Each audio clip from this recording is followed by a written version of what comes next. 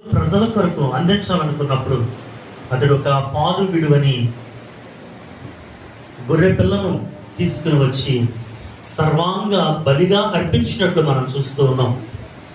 నిజమే, దేవుడు అంగీకరిస్తాడు దేనిని అంటే పూర్ణ హృదయముతో పూర్ణాత్మతో మనం చేసేటువంటి ప్రతిదానిని ఆయన అంగీకరించాలంటే సర్వాంగ బలిగా మనము అర్పించబడాలి. సర్వాంగ బలిగా మనము ఆయనకి అర్పించుకున్నట్లయితే, సమర్పించుకున్నట్లయితే దేవుడు మనల్ని అంగీకరిస్తాడు.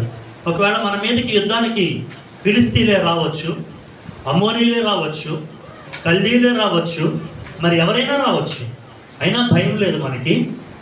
ఎందుకంటే దేవుడు మన పక్షముగా ఉండగా మనకి విరోధి ఎవడు కూడా లేడని సెలవిస్తూ ఉన్నాడు.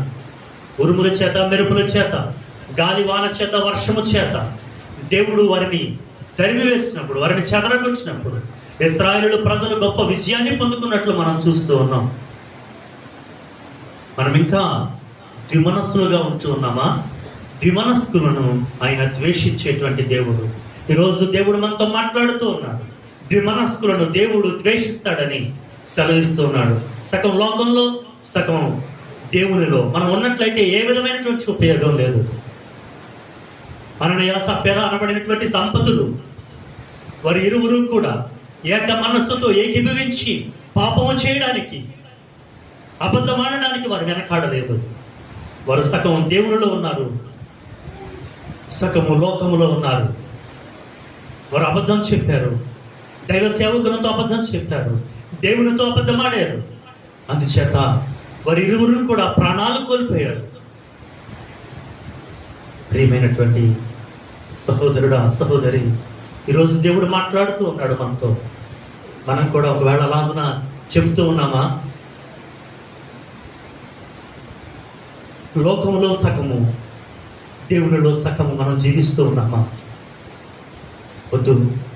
అలాగనైతే మనము అంగీకరించబడము, మనం ఆశీర్వదింపబడము, మనం విజయాన్ని పొందుకోలేము. వారు తమ ప్రాణాలని పోగొట్టుకున్నారు. నిజమే. నీ కట్టడను అనుసరించి నడిచిన ఎడల, నా జీవితము, నా ప్రవర్తన స్థిరపడిన ఎడల ఎంత మేలు అని కీర్తనాకారుడు సెలవిస్తున్నాడు. మనం ఇంకా స్థిరపడట్లేదా? మన ప్రవర్తన ఇంకా స్థిరపడట్లేదా? ఈరోజు దేవుడు అడుగుతూ ఉన్నాడు.